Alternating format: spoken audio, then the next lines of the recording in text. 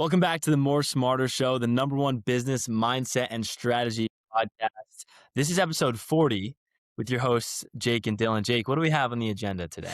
Well, what we don't have, Dylan, is a guest. So we were scheduled to have a guest, and this person, I won't even say gender, I won't imply who this person is at all because I don't want to call anyone out like that. This person didn't show up. First no-show. We've had a couple minutes late trickle in, but sometimes like the link is wrong. You've messed that up before. Things like that. But usually there's communication we record at 10 a.m. So usually at 10:03 we'll get a text or an email or something like that. Nothing. So at this point it's 10:14, and if this person decides to show up during the call, we are removing that person from the call. Do you agree? Agreed. I'm committing to the solo episode here. Yeah, we're definitely committed here. There's a more smarter route that we go about this. We have literally, I think, 3 or 4 points of contact prior to you being invited and actually having the show being taken place. So like everyone's well aware. And then whenever you're not well aware, there's a link always going this out. is episode 40, and probably 10 have been solo. So let's say we've had 30 guests, and we've never had this issue. So it's not our fault. It's not like if you're not even smarter enough, let alone more smarter, but smarter enough to click a link and to follow a schedule, then no thank you. Absolutely no thank you. And Dylan, this is something that bothers me more than most people. I mean, you are very nice. You were about to say, I'll just email this person and see what they're doing and like I'll check in. And I said, absolutely not. I do not want this person on my show at 10:15. Like, no. Yeah. I mean, what do you am I reasonable? Well, you're like that in everything though. Like you have the way you want to do it, and everyone kind of has to fit in line to it. And I know that kind of sounds like a little bit of a diss, but be more clear. So the reason why I'm saying that is because honestly, I hate to say it, is you are right a lot of the time. And so whenever you say that, it's like actually facts. You have to get in line and you're going to do it right. Well, here's the thing. It's like in baseball, right? If you're playing shortstop and you make a throwing error or bobble it, can anyone get on you for that? Absolutely not. No one's perfect. Like errors happen. But if you don't know how many outs there are, or you're not paying attention, or throw the ball to the wrong base, that is so unacceptable. Or in this case, you show up to the game late. That is so controllable. You can't control physical mistakes, but mental mistakes, or it comes down to respect, frankly. You don't respect the game if you don't know how many outs there are. You don't respect us if you can't show up to our scheduled call. And dead to me. Sure. Dead to me. Like literally, I will never do business with this person. There is no chance unless they come back and say, guys, I was at the hospital or I was saving a dog's life, like something spectacular. Even an apology doesn't do it for me. I'll appreciate the apology, but it doesn't make them less dead to me. Unless there's a true thing that they couldn't use their phone that they're probably on right now anyway to reach out to us. Well, look, they were getting more business though. That's the thing. Exactly. They're going to lose so much business from us, or at least me, being dead to me, and our listeners never being able to meet this person. So I hope their $250 phone call was worth it. Not cool. Can I keep going about this, please, before we go into the episode? Because get it all off your chest before you take it out on someone else. This just bothers me so much. So, I mean, I'm a partner in the company, so we always have company meetings, and there's a ton of our business as realtors. We have people who need to meet us at a certain time, whether it's online or at a house or different appointments. And I live and die by my calendar because I find that to be a sign of respect to the people who I committed to. And I find it extremely disrespectful if you don't commit to that, or if you cancel last minute, or if the worst thing is no show, no call. Yeah.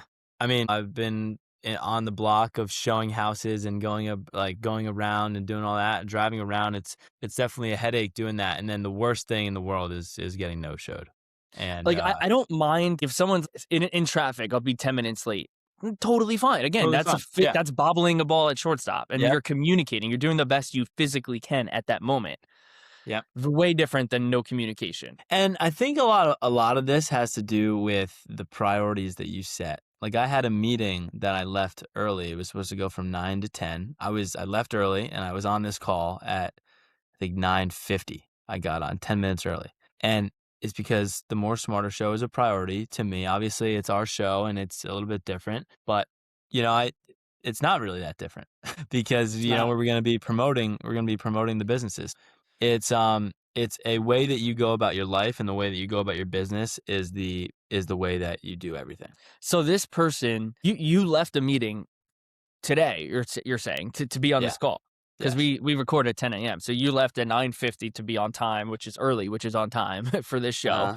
Yeah. And this person didn't even show up because they were that selfish that they probably got a phone call or some job that they double booked for themselves to make more money. Do you like, why is that okay for some people? Why is that for you? Why is it okay to, like, why were you going to be semi nice to this person in an email? I find that to be, I'd rather you punch me in the face.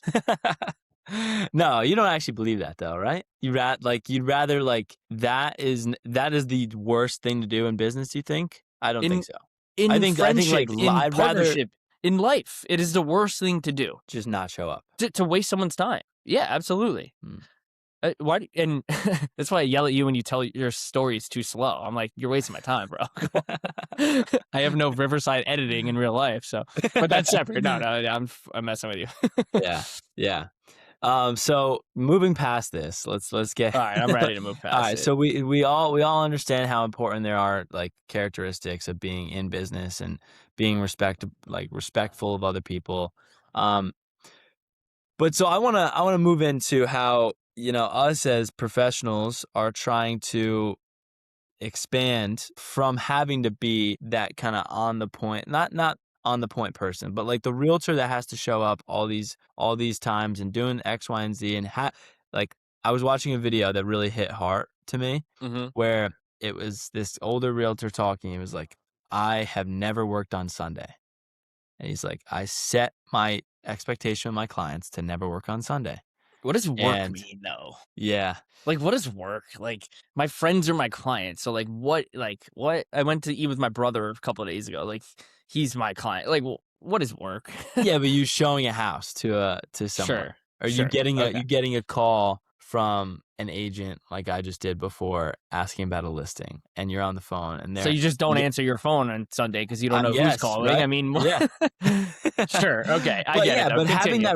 having that reset though, and I think what I've been in like struggle with is feeling like I just need to go out and get more and more and more business. I'm off to a good start for the year, but getting out of that rat race mentality is very difficult. So you're Like, saying what are your thoughts? you want to be someone who doesn't answer their phone on Sundays or someone like that comparison of things? I think so, yes. Why, you feel like you're, like, busy, busy, busy, busy? I do. Yeah, I do feel that way. There's always levels to everything. Maybe I'm really busy for being a level 3 player, Mhm. and busy for level 8 is 20 times as hard. But I think for me being in the position that I am, I'm willing to go full out right now, but the question is how long, and I think if I keep setting that reputation for myself that I'm a work 24/7 type of guy, that it will never end. Are you setting that expectation for other people that you're Yeah. Oh, call yeah. me whenever? Of You course. are? You're, I like, am. explicitly saying those things? Well, because the thing is I'm no one everyone takes it to heart. I pretty much just say 8 to 8. That's when I work, 8 to 8. You say Yeah. those things? I never have those conversations with people. I say I don't answer I really don't answer my phone after 8 PM unless it's when you're submitting an offer, like, something like that. So my feedback to this is that because we're in the same line of business, I never really think something is super pressing where I have to get on the phone Mm. unless there's a deadline. But that's so uncommon for there to be some sort of deadline where, like, I have to do this now. Like, so I can't relate to what you're saying because I could see an email at 8 p.m., but I could easily not answer it or even a phone call until the next day. Like, who would ever have a problem with that? Well, so put an example to it. I have these really great clients that work, like, intense jobs in the city, and they've submitted offers with me, and they wanna do it they wanna have a conversation with me about strategy about at 9 PM.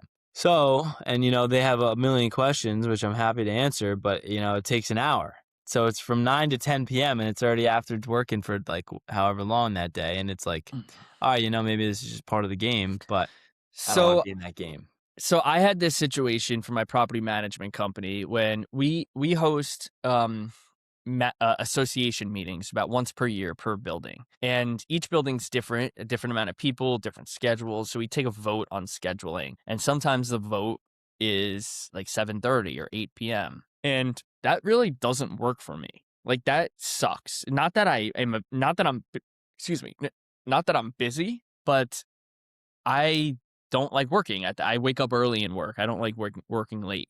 So Mm, I will say, hey, I will do this one time, but please know the expectation is not to expect this going forward.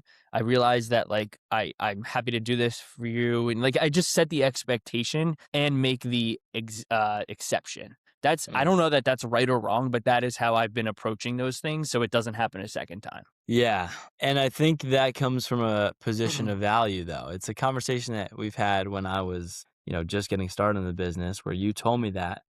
Um, I, not being the guy who's just available 24/7 and saying that I'm available all the time, and I feel like I can't say that I'm not available because what else do I have to offer? But And that's an that was out. my original thought. What I'm suggesting is giving you an out. It's like, "Hey, I will do this, but here's my but, like, don't expect me to just be like that," you Yeah. know? And I'll even say, like, last night was a World Baseball Classic final, and I said, "Hey, not Tuesday night because I wanna watch the World Baseball Classic final." And so it wasn't Tuesday night, it wasn't Yeah, last night, and yeah. I also think that's extra relatable too. I like saying those things whenever I can for business. Yeah, how does that come across? Do they take it pretty well? Of course. But Yeah. that's like, I don't wanna deal with anyone in this world that wouldn't take that well, and that Mm. would show up late, obviously. Like, I feel I turned 33 this past week, so since the last episode. Yes. So a new age for me, almost mid-30s or mid-30s, however you wanna say. Wow. So, I do feel extra strongly for my 5 days of being 33.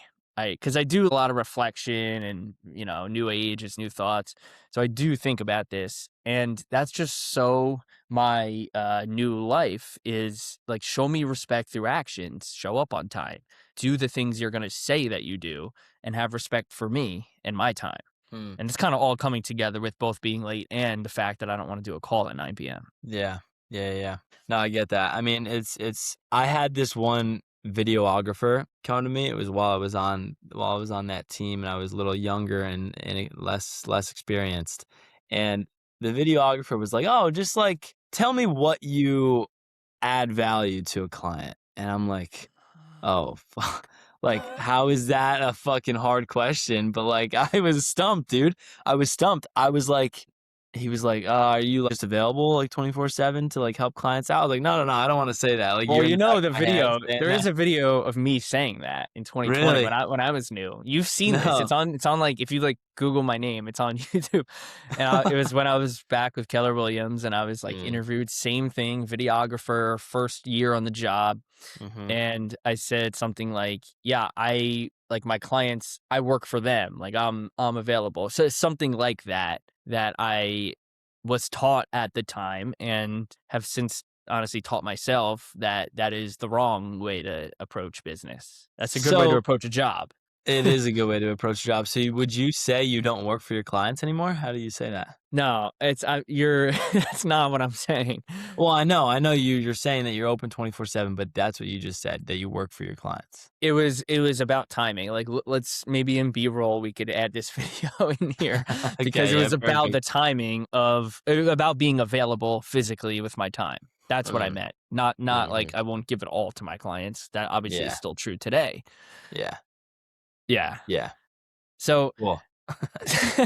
so moving on a little bit. So we both have houses under contract to Mhm. buy. Now we had an episode in like January that you had just gotten an offer accepted, and we were Yes. talking about that a little bit. And in that Yep. same episode, I was talking about how I'm sort of winding down my real estate investing, and as I build up more money, I have a few properties, I might just like look for an alternative investment or some sort of other thing with my money. And here I am 2 months later doing the opposite of what I said I wanted to do 2 months ago. Yeah. Anyway, what's up with your purchase that now has been under contract for 2 months? Yeah, it's been under contract for 2 months.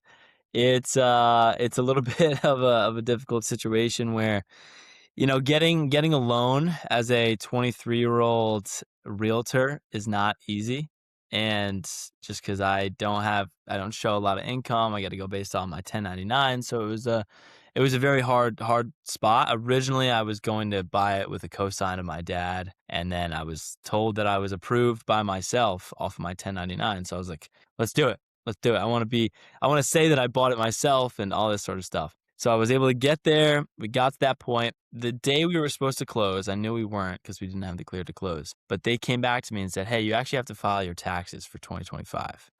I'm like, "Are you kidding me?" And so I was like, "Fine, whatever." Filed my taxes literally the next day. I did it through TurboTax the fastest way, Nice. and not doing that anymore.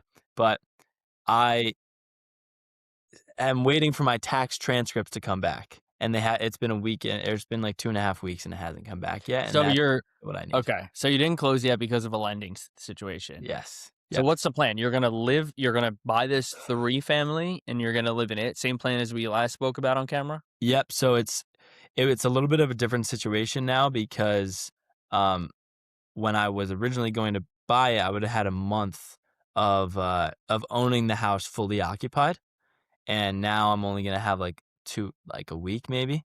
And so it's gonna be different with like the amount of rental income that I'm taking, but the basement is being vacated on April 1st, and then I'm gonna be going in there, fixing the place up, and then I'm still kind of up in the air whether or not I'm gonna live there or I might just rent out the whole place. Do you have any reason to believe that person might not vacate in 2 weeks? We have written notice. I mean, I know you've had experience with with some Well, difficult tenants, but I I also have tenants supposed to vacate that day too, so hopefully we oh go 2 really? for 2. Yeah. Yeah, hopefully. Because that I don't know, did they have a like, we have a written agreement and everything, so, I mean, Yep. hopefully, I Yep. don't know how easy it is to My written agreement is through the court, so I'm really optimistic.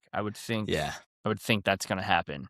I would hope that Is yours that in happens. Morris County? Yes, I've it's become in friends Morris County. with the lockout guy, so let me know if hopefully that Okay, doesn't yeah. that, but Yeah, perfect. we're first Well name, we're friends. oh, no. Hopefully not for any other properties in the future, though. No, So no, yeah, yeah. tell me a little bit about yours. I know it's a little bit of a unique situation. Yeah, I'll summarize real quick. So I was a buyer's agent for this deal, and my client, was buying it was off market property, pretty sweet deal, and I'll explain why in a sec. But he couldn't get lending on his own. It's kind of like you. It's like at the towards the end of the deal, after under contract for a while, the lender started coming back with some stipulations, and we needed just like you need daddy. He needed me. So I'm buying the house 50-50 with my friend.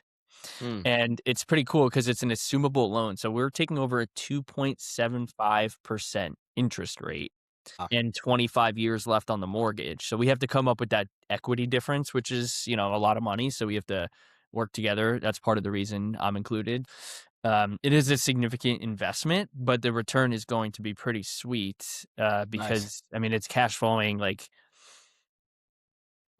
under market value, which we are acquiring a fully occupied rental under market value. It's like 1,600 a month cash flow. Wow, nice. Yeah. That's great. What do you think you'll be able to jump it to? I mean, we have a plan where we're gonna just slowly increase. We can't just come in there. It's in Jersey City. We can't, there's rules. We can't just come in there and like whack it all. We're Yeah, just gonna slowly increase. Maybe make it $1,700 or $1,800 cash flow a month. Make some upgrades as well. It could use some upgrades. Like there's some inspection things going on there, and we're just gonna sit on an awesome property, 50-50 for hopefully a long time. that's great. So you had another house that you owned 50/50 with another person, and hmm when you decided to sell that property, and you told me that you will never own a rental property with another person. What's the difference right now? Did I say that? I don't know that I Yes, said that. you did tell me that.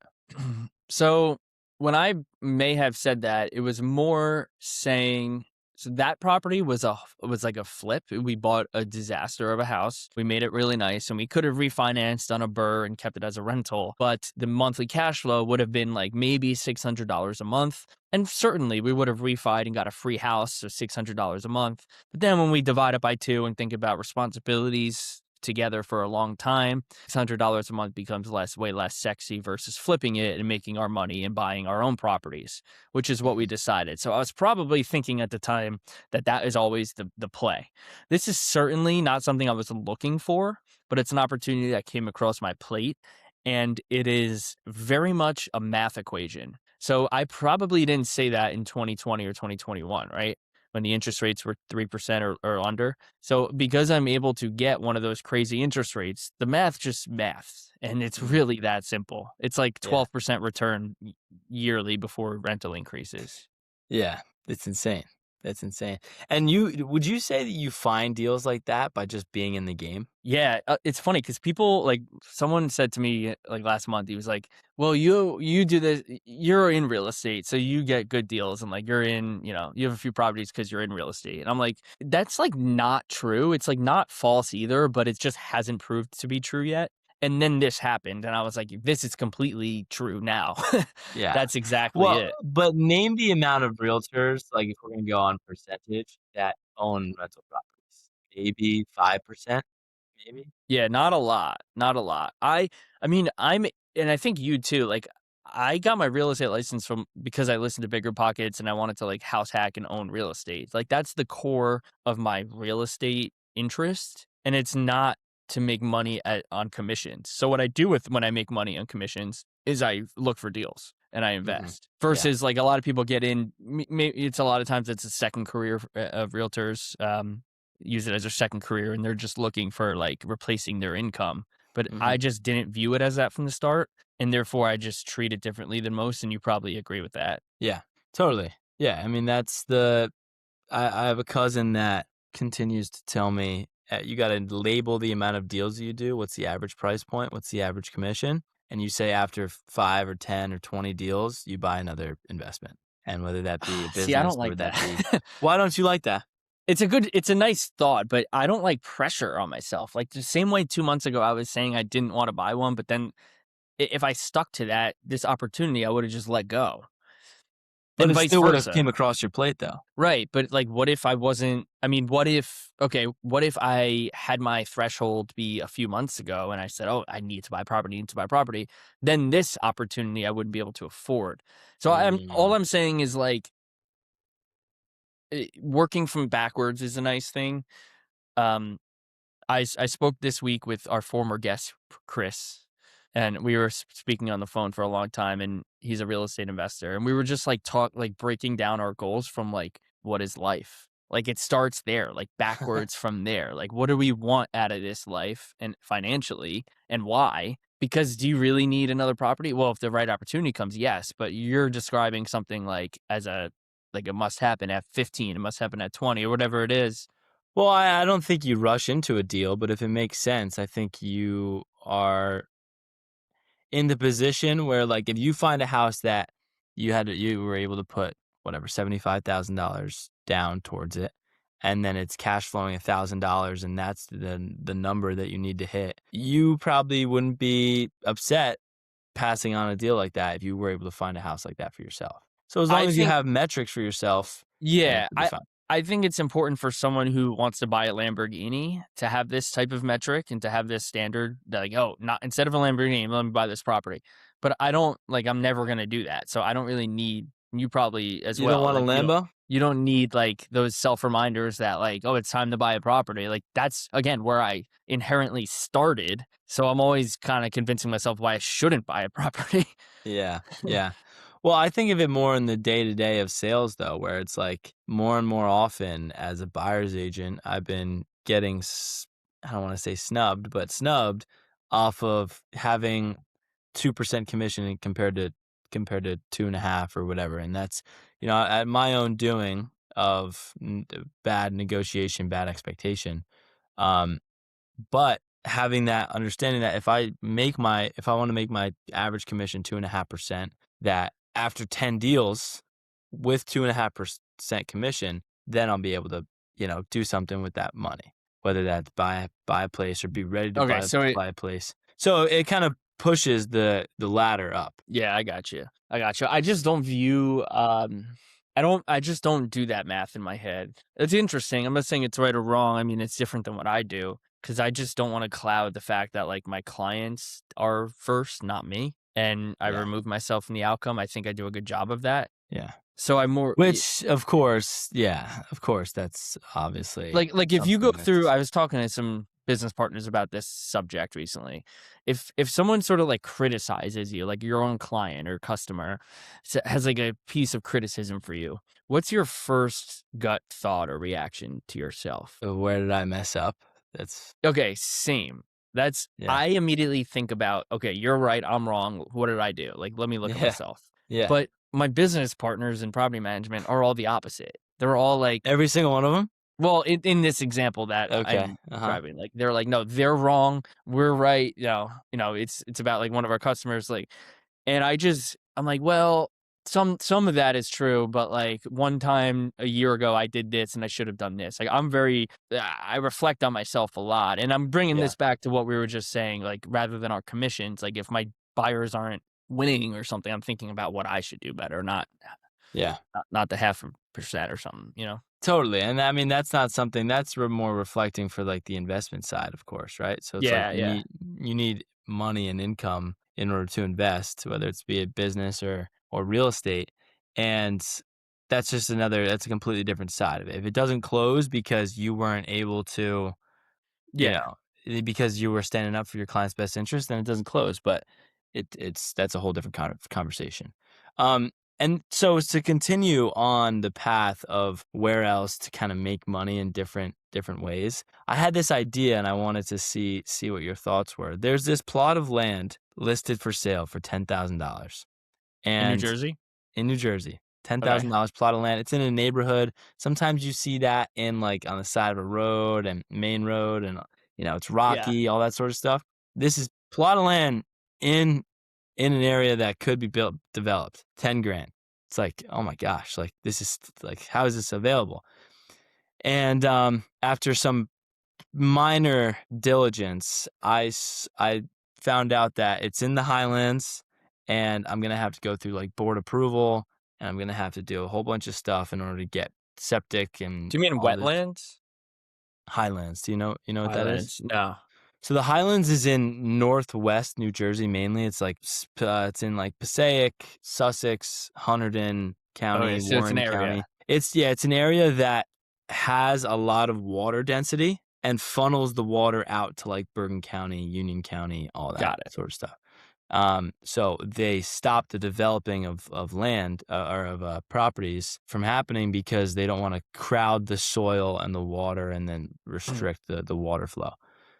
So that's stopping a lot of developing, and honestly, in a place where I'm buying right now, there's a big problem with that because there's no new developments in Sussex, Morris. It's kind of difficult. But this property, you have to get passed by them, which is not a problem. I've spoke with them on the phone multiple times. But I was on the phone with this engineer talking about the process for probably 30 minutes, and he was walking me through the whole entire process of going to the board and all that. And I'm thinking, let's just say this takes 6 months for me to do, and whatever. It's obviously not like a daily thing that I would be doing, but waiting and talking with the board and doing mhm. all that sort of stuff. And it takes me $30,000 all in with approvals and all this sort of stuff to clear out the land, get the septic designs, and am able to list it on the market for 80,000 as Do a it. brand new build. Like it makes Is it total worth sense, right? 80,000 after Yeah. permits? Yeah, yeah. I mean, 80,000's on the high end. There I saw some comps that were selling for like 73.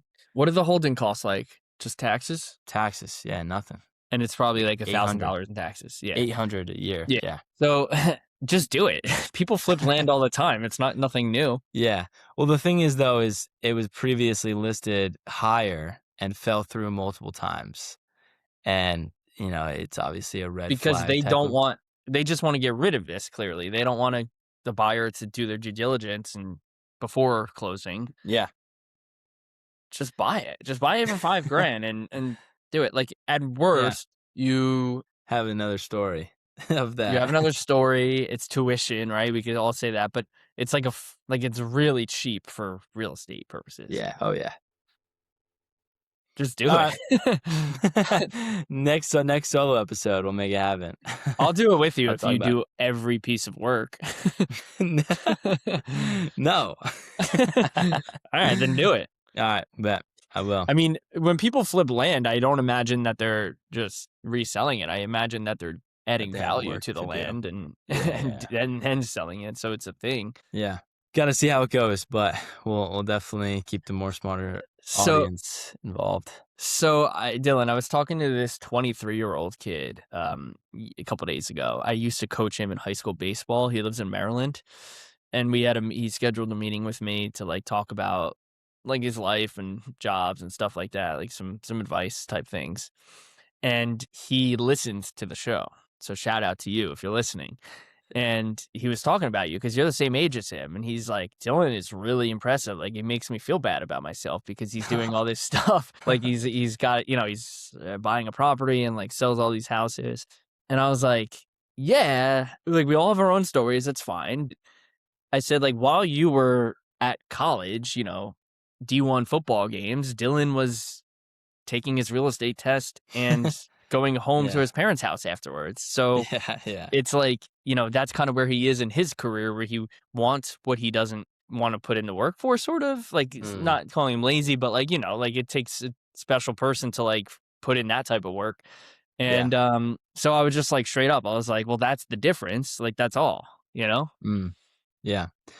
Yeah, it's true, and it fucking sucked in the moment, I'll tell you that much, because I wanted to be at those football games with all my buddies at Rutgers and all that sort of stuff, but I think, like, it's something that can happen at any point in your life, though. Like, I feel like you kind of Yes, that's enjoyed what I was both saying. ends. You enjoyed both ends of it, and, you had a generational lock-in from probably 27 to now, and you made the life that you're living right now, so it's possible at any time. Yeah, and like I was like, you sound like you're talking like you're 50. Like, dude, you're Yeah. 23. Like, just do it now. It's Yeah, whatever. Do it in yeah. 10 years, even be my age. You could probably still pull Yeah. that off. But yeah, it was. I was thinking of like the more smarter like concept in its own, and how we always say you have to work more harder, and maybe that's an example of this. Yeah. I think it is. I think it totally is. And it's it's you gotta crawl before you can walk and all that sort of stuff. So you really I think something that I know we've emphasized this. I don't know if we've specifically defined it as this. I almost think I definitely think you need to work more harder than prior to working At more at smarter. first, You yeah, at first, 1000% necessary. And that's the tuition that you're, I guess, paying yeah. for the I mean, mindset. house hacking's the same thing. I don't want to share my kitchen. Yeah, But it's like working more harder so I can own the property and then buy another one and buy another, yeah, that's yeah, yeah. exactly the comp. Or how about you just get a triplex and you don't have to share your kitchen? Well, I You have do that that. now, but at first I didn't. So I had to Yeah, make it work, yeah, yeah, yeah, yeah, totally. Yeah, I mean, that's the thing is, like, just because you also see people online, it's like you don't know anything about that person, you know? It's like, you can't compare yourself to anyone, and, whenever I'm going through some shit too, it's like I also am, thinking similar, jealous of how I wasn't able to do fun stuff because I wasn't in college and I wasn't around my age group, and that's also sucks to see. Um, Yeah. so it's a give Yeah. and take for everyone. It's a give and a take. And by the way, he showed up on time to the meeting, so he will be good. He will be a great productive person in this workforce. Good, good. Yeah. Yeah. Well, I think that's the moral of the story here is you have to have those punctual characteristics in business and taking that into everyday life to work more smarter. Just it's called respect in my book. It's really that simple. Like, we learn respect when we're kids, like manners, please and thank you, or like eye contact, or like just being nice. And as an adult, it is being able to manage your own calendar. And if you can't do that, and I'm a victim of that, then absolutely fuck you, and I don't want anything to do with you for the rest of my life. That's a great way to cap it off. Episode 40 of the More Smarter Show. All right, guys. Thank you so much for listening. Like, share, and follow along to the More Smarter Show. Only if you agree with me about never being late. See you later.